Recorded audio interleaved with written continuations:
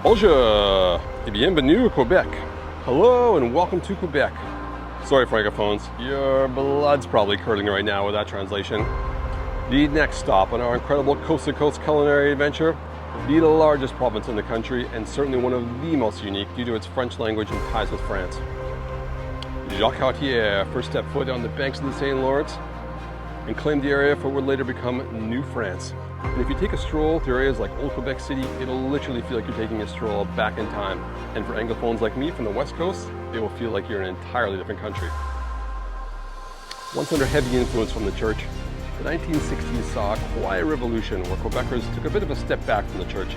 And today buildings like this sit virtually empty, some becoming repurposed for residential use, others being torn down completely. They even went so far as to introduce a law in 2019 prohibiting public workers from displaying any types of religious symbols whatsoever while at work. Not the only interesting law in Quebec. Did you know that it's illegal for a woman to take a man's last name when they get married? Interesting. But let's not forget about the food. Home to such items as the squeaky cheese poutine, the tortier, all things sticky and sweet due to its over 70% of the world's supply of maple syrup. Famous items like the Montreal bagel, Montreal smoked meat, and I bet you if you look in your spice cabinet right now, you'll find a little shaker of Montreal steak spice. How do these things get started? It's large, it's delicious, it's French. Welcome to Quebec. Hi, I'm Kix. I love food, travel, and motorbikes. This year, I wanted to see my own backyard, Canada. So I decided to ride the second largest country in the world, coast to coast, on a 250cc dirt bike. It was an incredible opportunity to see the real Canada from inside the kitchens of real Canadians. These are the people and foods that make up this incredible country. Welcome to the Cooked in Canada motorcycle adventure.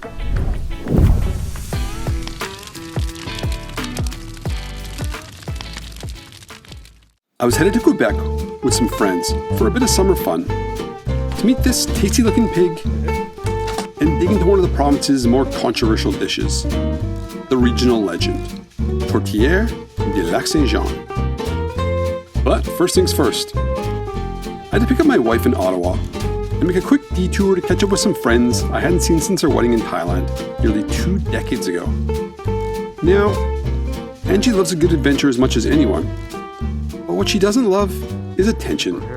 You know when people come to the airport, put their name on a sign because they're getting picked up? Well, I'm going to put, not Koi, her name on the sign because that would be too easy. But we're going to put the words hot wife with an arrow on it. If nothing else, she should turn the same color as this piece of paper. Will she laugh? I'm not sure. Guess we'll find out. Oh yeah, that's good. She's gonna hate that for sure. So naturally, I greeted her at the airport holding a giant red sign that read, Hot Wife, in big bold letters. It's a wonder we're still married.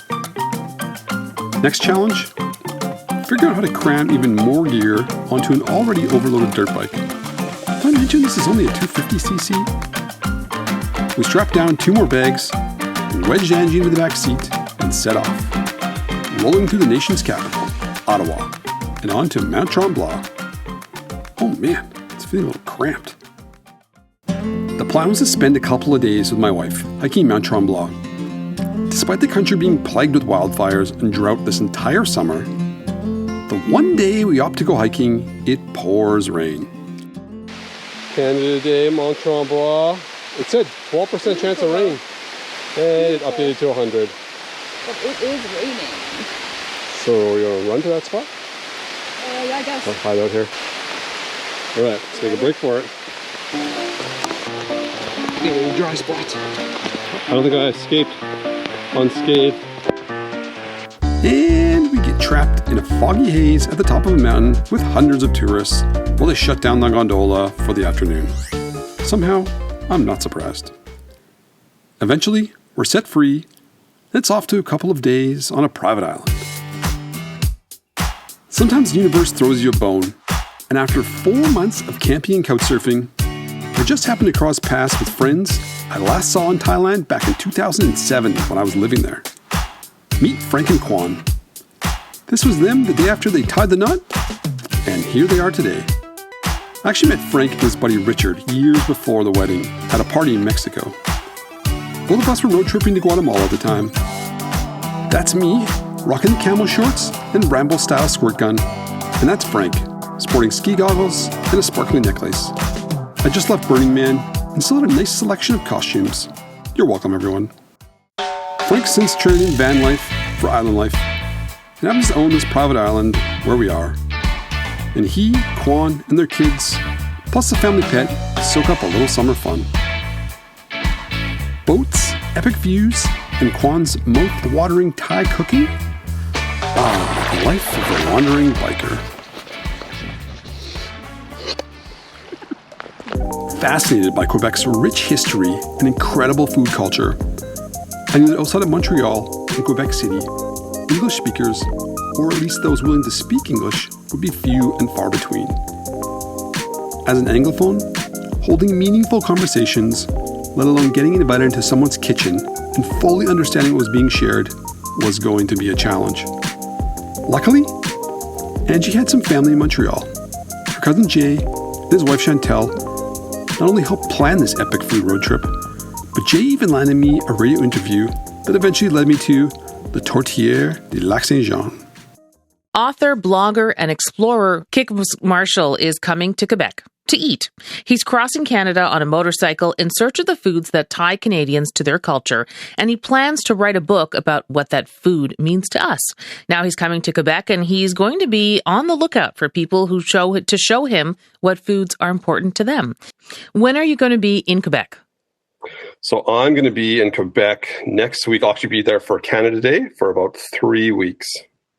So 3 weeks. So what are you planning? Do you have anything planned so far? Do you plan when you come to a province? Like, what have you got in mind?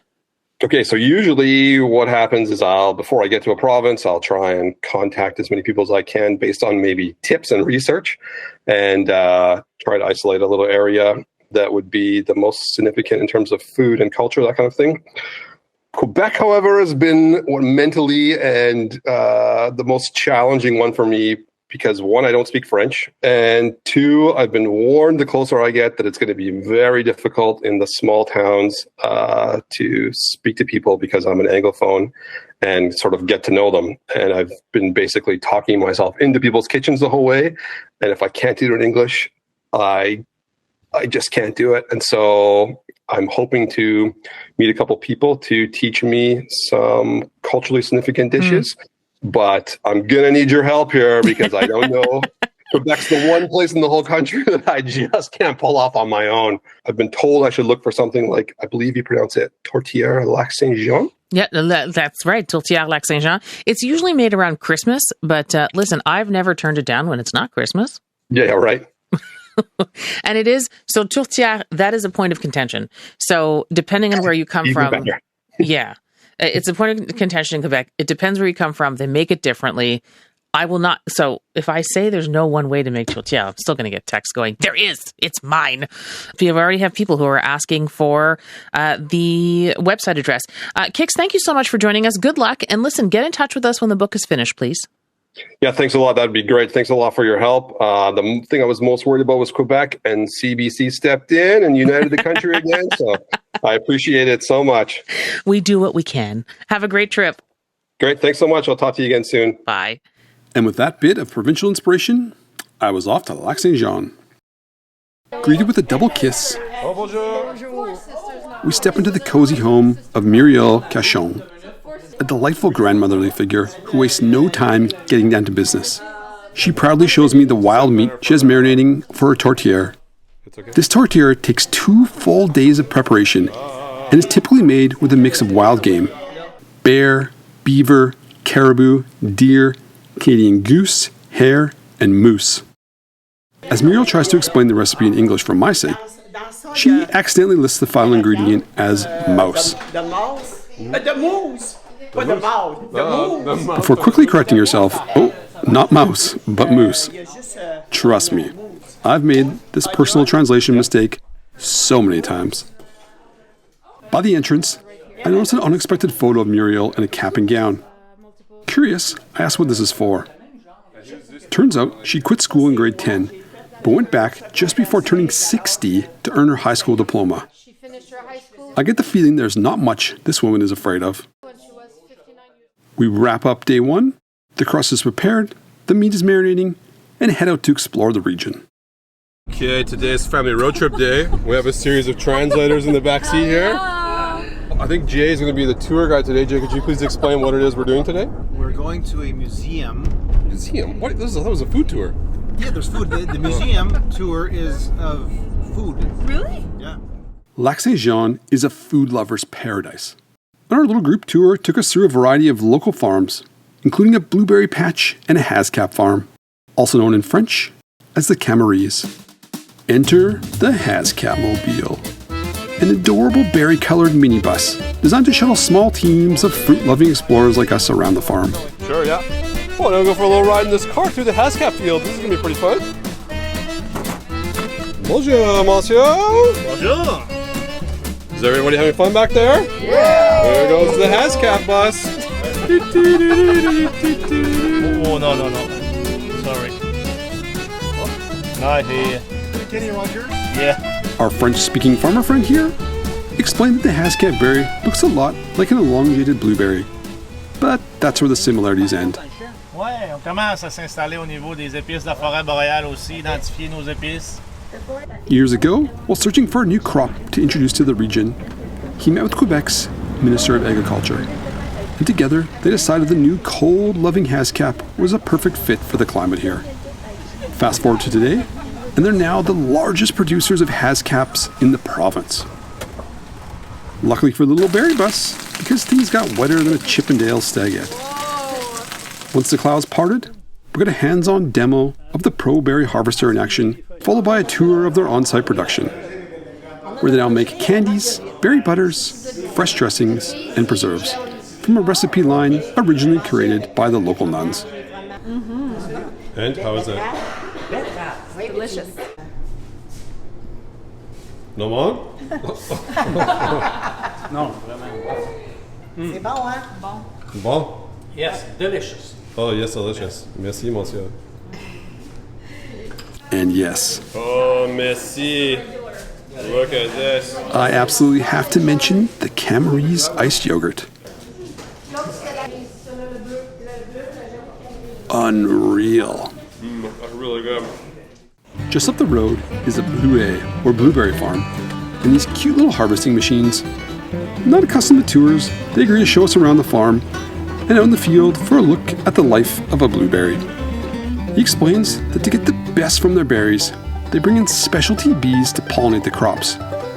These bees have a smaller flight pattern than regular bees, only traveling about 900 feet. And they also start work at lower temperatures than your standard buzzing bee, around 11 degrees Celsius, rather than the typical workday start at 14 degrees Celsius. Oh, wow. Tandis qu'elle, elle travaille à 11 degrés, This one starts working at 11 degrees instead of 14, puis ça va juste à 900 pieds. and it only goes to 900 feet. So they're gonna stay here.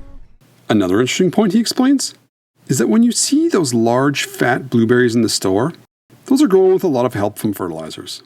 The real quality is the tiny, sweet berries that are typically organic. That's where the real blue magic is. They're delicious. And in this area, there are a number of organic farms. Delicious. I'm glad we had a few translators on site, as the thick Lac-Saint-Jean accident proved difficult for even our French company to understand. Faut qu'ils changent le gain tous les jours. C'est quoi les gains? Les gains des gains de travailleurs. Les gains. Yeah, okay, it's the accent from here. I didn't understand the word. I had to translate from French to French. So they have to change their gloves every single day. Pretty interesting stuff, everyone. How was your blueberry tour? Lovely. Good, I'm full now. Full of blueberries. That was my first blueberry stop ever. Adding to the list of incredible edible experiences in the area, just across the lake is a holy home of the Chocolate Monks, a group of monks with a 125-year history in the area, who continue to carry on the tradition of chocolate making today. On site, they craft an array of delights, from chocolate-covered treats like a chocolate squirrel and the gigantic 26-inch chocolate rabbit. The chocolate was good. However, there is no real access to get inside the factory and see what's actually going on. So we ate our chocolates, and then, like mature adults, we took photos of ourselves messing around inside the church, until one of the few remaining monks arrived to explain a touch of the age-old history. Then it was back to the cabin, where I spent some time at the grill with this legend, Norman St. Pierre.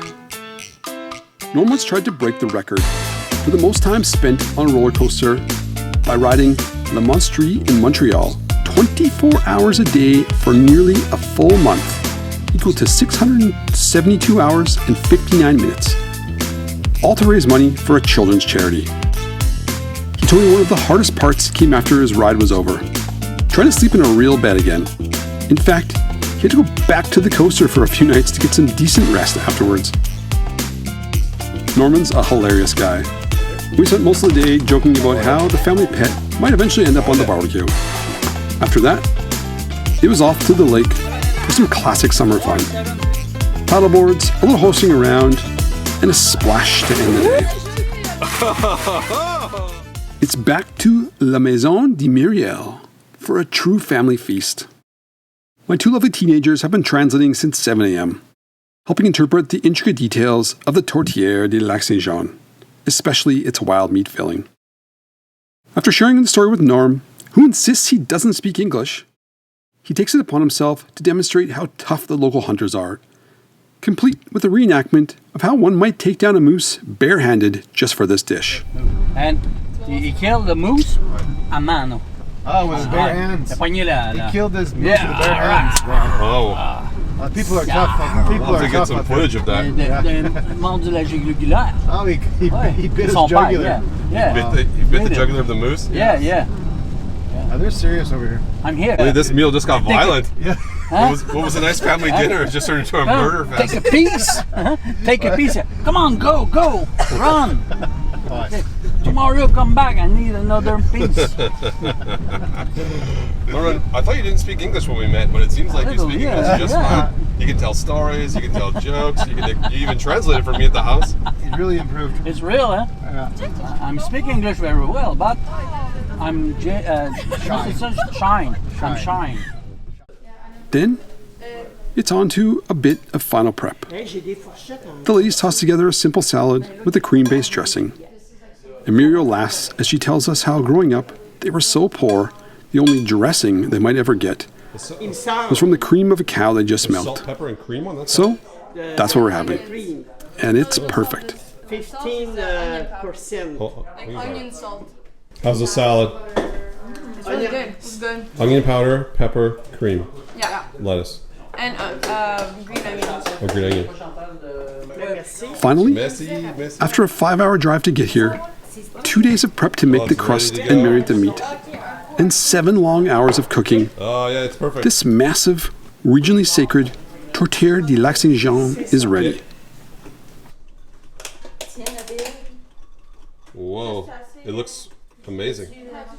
And we all sit down for an equally large, extended family feast. We're doing a photo.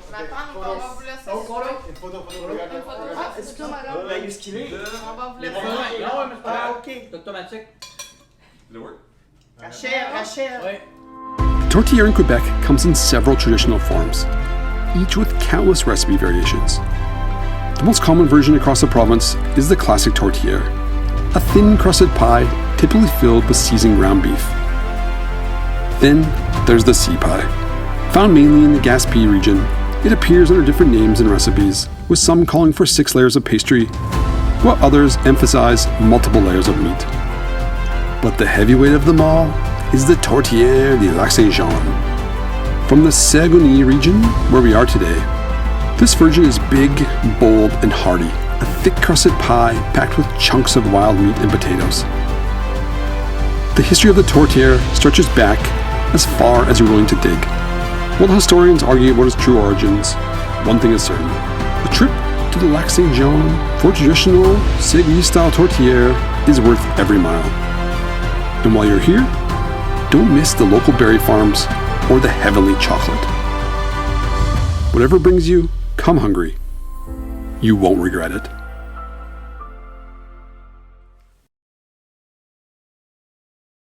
Next time on the Cooked Motorcycle Adventure, we're off to explore urban Quebec for a look at the Montreal bagel, maple poutine, maple cocktails, and maple cheesecake. Oh my God, it's maple madness!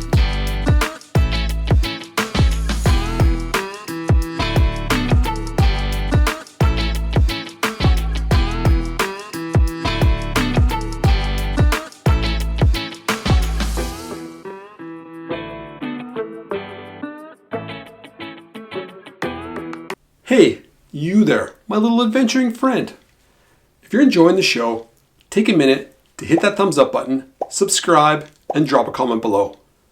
Your support helps us get this show out to more incredibly awesome people just like you. And thanks for watching.